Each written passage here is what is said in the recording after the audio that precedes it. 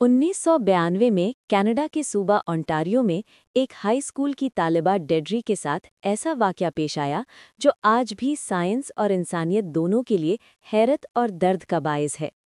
एक दिन वो अपने घर के सहन में निकली तो उसकी नज़र एक मेंढक पर पड़ी। जैसे ही उसने उसे उठाया, उसे फौरन एहसास हुआ कि कुछ ठीक नहीं है, क्योंकि मेंढक ने आंखें नहीं खोली। तजस्सुस और तशवीश के आलम में जब डेड्री ने उसके मुंह के अंदर झांका तो उसके कदमों तले जमीन निकल गई। वहां मुंह की छत पर आंखों का एक जोड़ा उसे वापस देख रहा था। पहले पहल उसे लगा कि शायद इस मेंढक ने किसी दूसरे मेंढक को निगल लिया है और आंखें उसी की होंगी, लेकिन जल्द ही उसे एहसास हुआ कि वो आंखें उसी मेंढक के जिस्म का हिस्सा है जो उल्टी सिमत में मुंह के अंदर बनी हुई थी।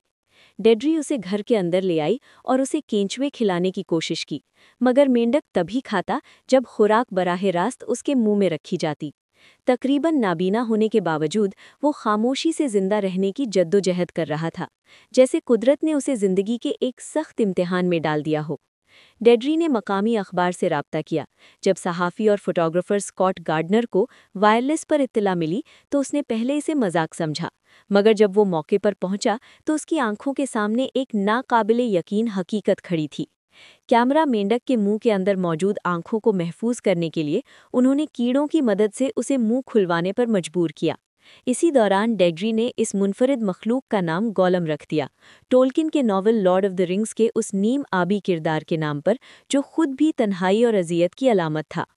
अगले दिन डेड्री गोलम को यूनिवर्सिटी ऑफ गुएल्फ ले गई, जहां माहिर हयातियात प्रोफेसर बोगाट ने उसका मुआयना किया। वो बरसों से मेंढकों की पैदाइशी बेकायदगियों का मुशाहिदा कर रहे थे, मगर ऐसा केस उन्होंने कभी नहीं देखा था। एक डॉक्टर की तरह उन्होंने तफसीलात नोट की। नर, बूफो अमेरिकानस, ओंटारियो में आम नस्ल, लंबाई 2 इंच, उम्र कम से कम 2 साल। उन्हें सबसे ज्यादा हैरत इस बात पर हुई कि तकरीबन नाबीना होने के बावजूद ये मेंढक इतने अरसे जंगली माहौल में जिंदा कैसे रहा।